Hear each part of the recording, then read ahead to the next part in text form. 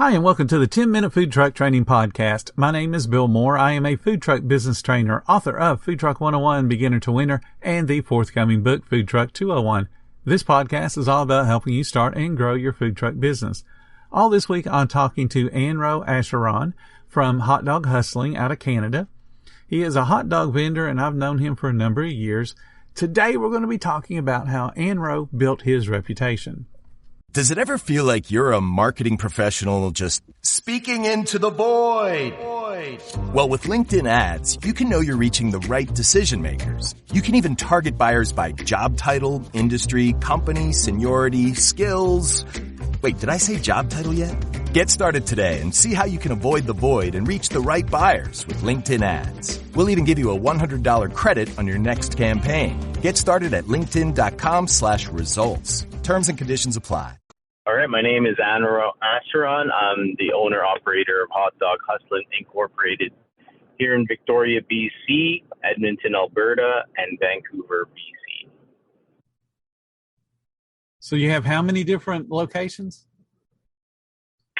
Right now, I'm controlling 5 different locations.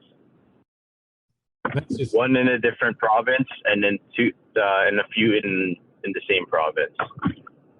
That's amazing. So let's go all the way back to the very beginning when you only had the first location, because I've known you since at the time that you had the first one. So start with that and tell me how you went from 1 to 5.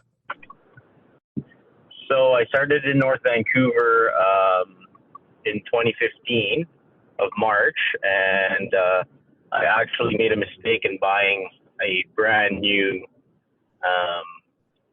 hot dog stand from Wooly Dogs. So that brand new hot dog stand pushed me back about $12,000.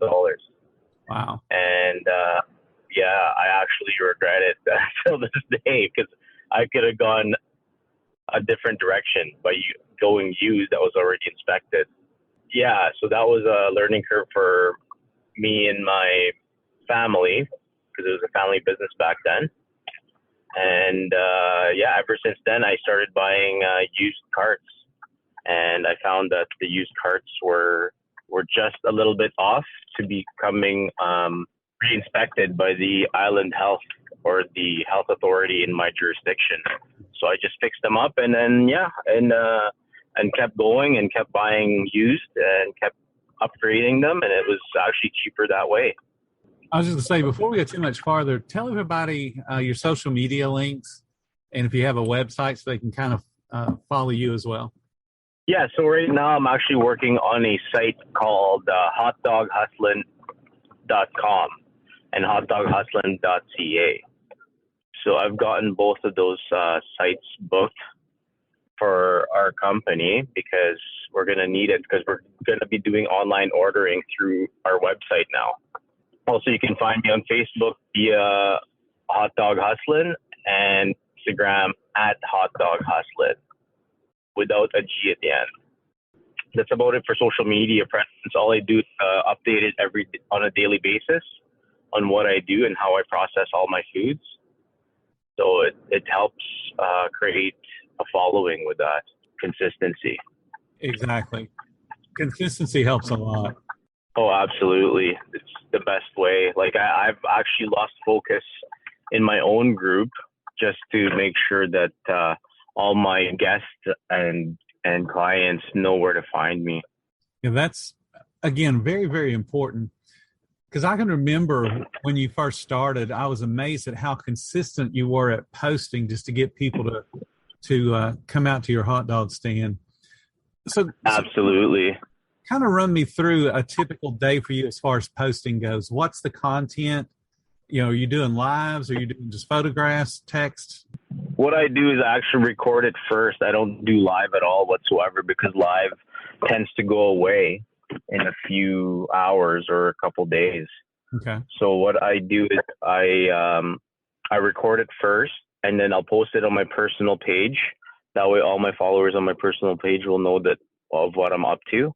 And then I'll send it off to different market groups, like local market groups, as well as my business page. So I would actually post it in the local areas of where my business would be. Like in Edmonton, I would post it in Edmonton local marketplace. I would post my setups and location, and as well as my schedules on just different groups of hospitality groups, really announcing what we can provide and how we have our catering available, what's available, and whenever they can hire us, it's easy to get a hold of us. Do you think that that's what really led to you being able to grow as many spots as you have now, is the marketing that you did? Absolutely. Because I can use those as reference to all the locations that I attend now. So when they ask for references, I just send them links to the locations and the positions that I'm in now. I've also secured a lot of exclusiveness to these locations, because once I know that those spots are golden spots, right, I will spread my carts all over them. So you kind of create a little monopoly in an area. Is that what you're saying? It's sort of a monopoly, but it's the property management are the ones that don't allow any other vendors to come in as soon as of the same vendors to come into the area. So with that being available to me, I am actually allowed to bring several carts to a certain location because of that stipulation. Actually, that's pretty smart. So that's impressive. Thank you. Since we're talking about multiple carts, and I know a lot of people, especially in the States, are having trouble hiring, how are you keeping all those different carts staffed? So what I'm doing is I'm not staffing them. I'm actually subcontracting them to other businesses. So I'm using these other business owners to establish a different business for themselves, because their businesses have failed. These are restaurateurs that have failed in a brick and mortar setting. So I've reached out to the ones that are closing up and offer them a subcontracting agreement, and they all agree to it. So they get 60% of the net income, and I get 40% towards the business growth and the insurance of the location, the products, and the expenses that we have for that location, certain location, like upgrades to the cart, maintenance. The commissary is covered by me. So all these guys are able to operate through one commissary, and it's all through me. And that's our business model. From the standpoint of the person that I guess they're leasing from you, is that how you would term it?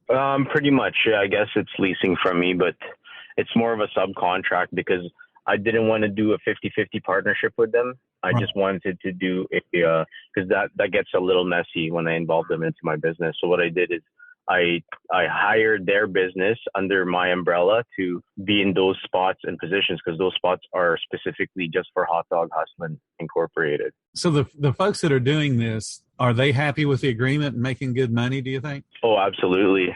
Because we've already built up quite the reputation, and we're consistent with our social media presence, as well as our shout outs, our links, and just the consistency honestly just brings in a lot of people, and the spots that we have are high tourist walk-bys. Okay. So it's definitely a money maker. So that percent they're paying you is also helping to pay for the marketing and the time that you put into marketing the business. Is that right? Absolutely. Yes, absolutely. Yes. So that's not a bad deal at all. Yeah, it's already established. They get a cart. So each of the partners that we get, the subcontractors, they get each a cart that is named under Hot Dog Hustlin, and it's owned by Hot Dog Hustlin. So it's already operational. So all they need to do is give me a $5,000 commitment investment just to get the operations going for that location. And after the first month, if they still want to do the business or not, they can either leave or they can stay. And when they do stay, that's when the 60-40 happens. Okay. So for the first month, it's only $5,000. Yeah. Do you teach them how to do your specific menu and give them a little bit of training? Oh, absolutely. So I'll sit with them however long it takes. Like I'll give them a month most of my time to train them properly and have all of the POS systems set up, how to set up quickly, how to take down. I remember one of the discussions we had a long time ago about the tents that you guys use. Are all these coming with tents as well? Yes, they all come with the whole entire equipment that you guys see with us. Mm-hmm. That comes with the equipment that they get to loan for $5,000. So it's already operational. And that's definitely not a bad deal at all. Yeah, no, exactly.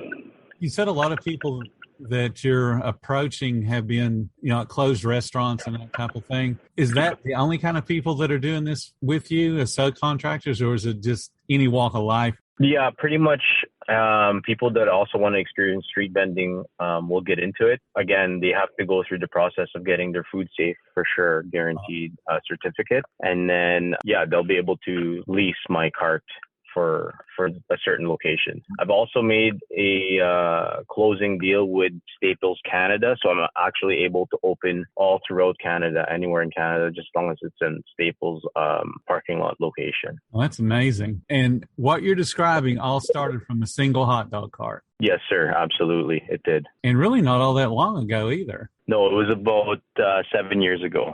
Yeah, exactly. 7 years ago. Yeah, if I didn't have a falling out 2 years ago, I think we would have been all over Canada already by this year, due to COVID, of course. Tomorrow, we're going to be talking about Anro's attitude when he goes to work. Thank you guys so much for listening to the 10-Minute Food Truck Training Podcast. If you find all the information helpful to your business, please become a monthly supporter of the podcast. Just hit the support button or follow the link in the description. Every little bit does help keep us going. Join our Facebook group. It's called Food Truck Training. We got a whole bunch of awesome members at all different levels, from brand new beginners to decades-old veterans. They've all got your back when it comes to helping you and your food truck. And again, thank you for listening. Come back tomorrow because I got plenty more to say when it comes to helping you and your food truck business grow.